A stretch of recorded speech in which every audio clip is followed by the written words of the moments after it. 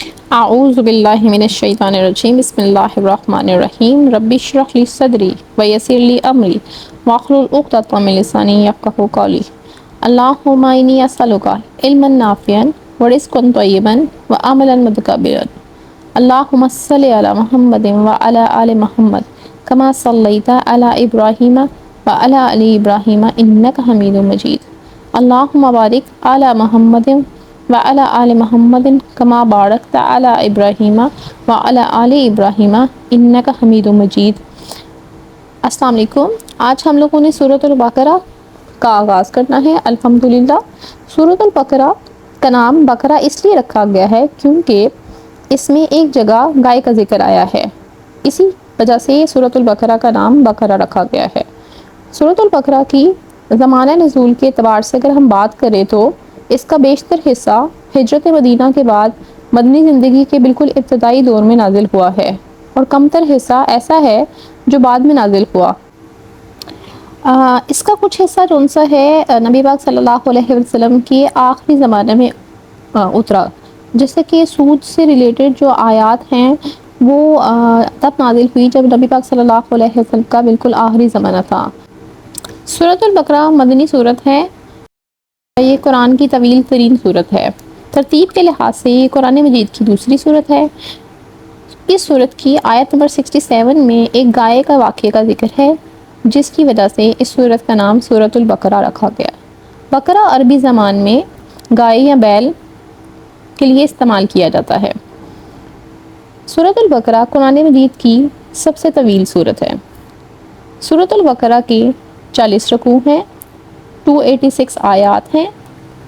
اس کے علاوہ سورۃ البقرہ کے نمبر آف لیٹرز ہیں 25,613، نمبر آف ورڈز ہیں اس کے 6,121۔ جیسا کہ میں نے آپ کو بتایا کہ سورۃ البقرہ کے نمبر آف لیٹرز 25,613 ہیں، سبحان اللہ، اور ایک ایک حرف پڑھنے کا ہمیں جو ثواب ملتا ہے وہ تقریباً 10 نیکیوں کے برابر ہے۔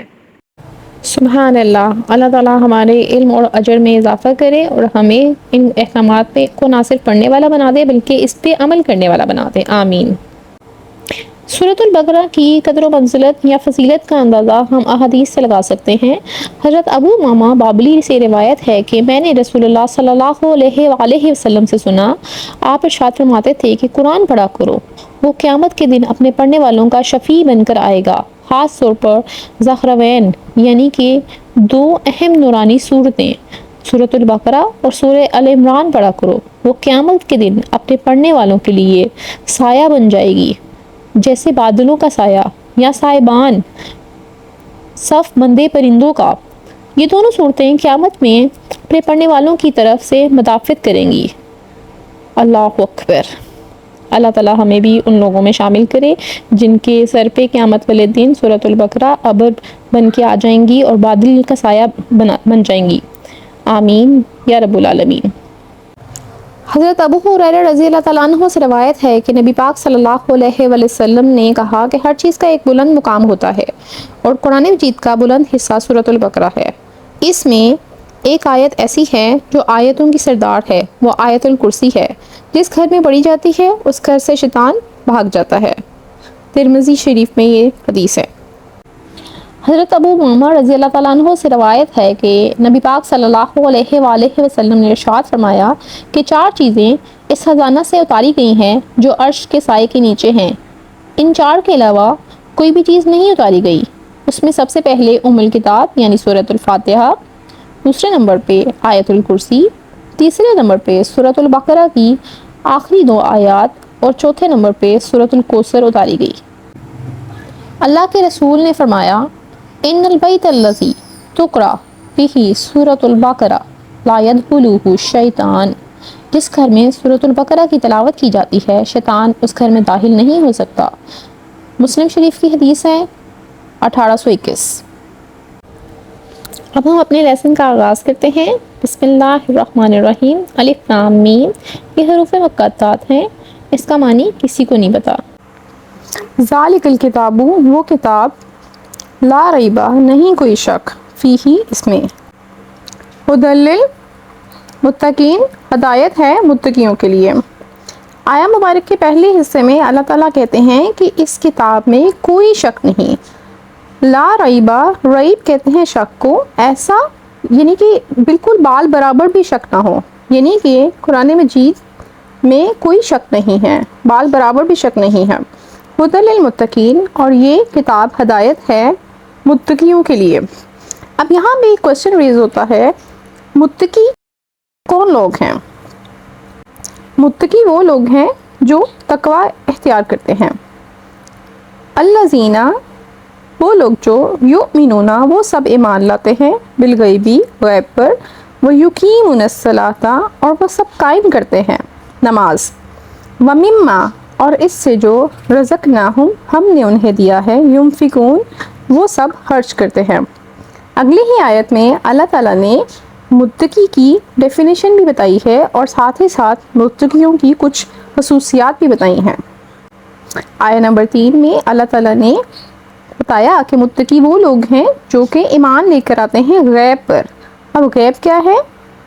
دیکھیں بہت سی چیزیں ہم نے نہیں دیکھی ہیں لیکن وہ ہمارے لیے غیب ہے، لیکن ہم اس پہ یقین لے کر آتے ہیں، جس طرح یوم آخرت، جنت، دوزخ، قبر کے بعد کے معاملات، یہ سب غیب ہے ہمارے لیے لیکن ہم اس پہ ایمان لے کر آتے ہیں۔ وَيُقِيمُونَ الصَّلَاةَ، اور وہ لوگ جو نماز قائم کرتے ہیں، یعنی کہ متقی وہ لوگ ہیں، پہلی صفت جو غیب پر ایمان لے کر آتے ہیں، دوسری صفت وہ لوگ جو نماز قائم کرتے ہیں، تیسری صفت جو اللہ تعالیٰ نے مال متاع ہم لوگوں کو دیا ہے اس میں سے خرچ کرتے ہیں۔ جو لوگ تقوی اختیار کرتے ہیں ان کو متقی کہتے ہیں۔ تقوی کی جامع تعریف یہ ہے کہ اللہ تعالیٰ نے جن باتوں سے منع کیا ہے ان سے مکمل طور پر اجتناب کرنا، اور اللہ تعالیٰ نے جن باتوں کو اختیار کرنے کا حکم دیا ہے ان پہ عمل کرنا۔ قرآن مجید میں 12 دفعہ اللہ تعالیٰ نے تقوی اختیار کرنے کا مختلف انداز میں حکم دیا ہے۔ قرآن مجید میں تقریباً 236 سے زائد آیتیں ایسی ہیں جن میں اللہ تعالیٰ نے تقوی اختیار کرنے کا حکم دیا ہے۔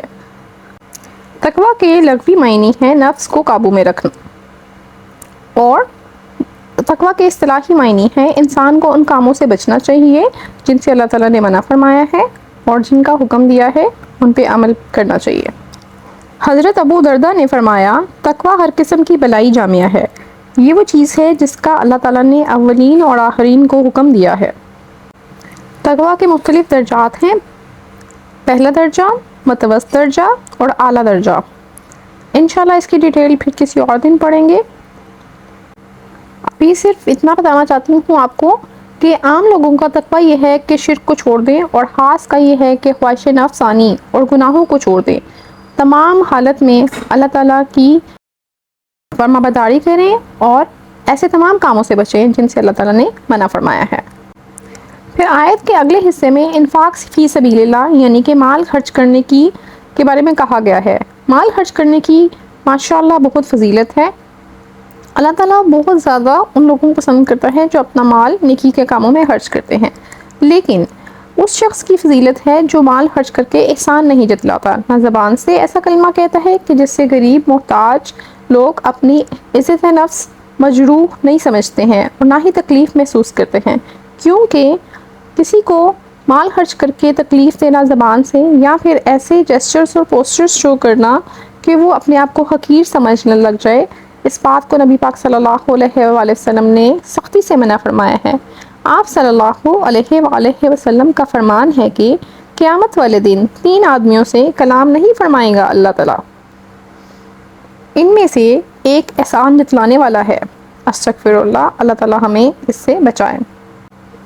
کیونکہ نارملی اگر ہماری صفت نہیں بھی ہے کہ ہم احسان جتلانے والے ہیں تو کبھی کبھی ایسا ہوتا ہے کہ ہم کسی کی مدد کریں، تو اگر خدا نہ خواستہ کل کو ہمیں بھی اس کی مدد کی ضرورت پڑے اور وہ ہمارے کام نہ آئے تو سب سے پہلے ہماری زبان میں ایک ہی شکوہ آئے گا کہ میں نے فلاں وقت میں تمہاری مدد کی تھی اور اب جب مجھ پہ مصیبت آئی ہے تو تم تو میری کوئی مدد ہی نہیں کر رہے ہو۔ تو ہم یہاں پہ یہ نہیں سوچ رہے ہیں کہ ہم شکوہ کے ساتھ ساتھ اپنا احسان بھی جتلا رہے ہیں، کیونکہ اس احسان کو جتلانے کے بعد ہماری وہ نیکی رد کر دی جائے گی۔ اسی لیے ہم لوگوں کو چاہیے کہ زبان سے کبھی کوئی ایسی الفاظ نہ کہیں جو کہ ہماری نیکیوں کو رد کر دیں۔ آیا نمبر 5، اولئک وہی لوگ علی ہدی من ربہم ہدایت پر ہیں اپنے رب سے، واولئک اور وہ لوگ ہم المفلحون وہی کامیاب ہونے والے ہیں۔ اب اس آیت میں اللہ تعالیٰ نے فرمایا ہے کہ یہ لوگ جو متقی ہیں اور ہدایت پر ہیں اور نیک راستے کی طرف چلتے ہیں، انہی کے لیے کامیابی ہے، نہ صرف دنیا میں کامیابی بلکہ آخرت میں بھی کامیابی انہی لوگوں کے لیے ہے۔ اللہ تعالیٰ ہمیں قرآن مجید پڑھنے کی، اس کو سمجھنے کی اور اس پہ عمل کرنے کی توفیق عطا فرمائے۔ ماشاءاللہ بہت ہی خوبصورت صورت ہے اور اس کی بہت ہی خوبصورت آیات ہم پڑھ رہے ہیں۔ آج کا ہمارا لیکچر اتنا ہی ہے۔ لیکچر وائنڈ اپ کرنے کے ساتھ ساتھ میں آپ کو ایک بہت خوبصورت حدیث سناتی ہوں۔ ابو مسعود انصاری کی روایت کردہ ترمذی کی حدیث ہے۔ حدیث یہ ہے کہ جو شخص کسی رات سورہ بقرہ کی آخری 2 آیات پڑھ لے تو یہ دونوں آیتیں اس کے لیے کافی ہو جائیں گی۔ علماء نے اس کے 2 مطلب لیے ہیں، ایک یہ کہ وہ اس رات ہر برائی سے محفوظ رہے گا، دوسرا یہ کہ یہ 2 آیتیں تہجد کے قائم مقام ہو جائیں گی۔ سبحان اللہ۔ اللہ نہ کرے کہ کوئی ایسی رات آئے جس میں ہم سورۃ البقرہ کی آخری 2 آیات مس کر کے سو جائیں۔ اللہ تعالیٰ ہمیں پابندی سے یہ 2 آیتیں رات کو سونے سے پہلے پڑھنے کی توفیق عطا فرمائے، آمین یا رب العالمین۔ اپنا بہت سا خیال رکھیے گا۔ اللہ حافظ۔ سبحان ربک رب العزت عما یصفون وسلام علی المرسلین والحمد للہ رب العالمین۔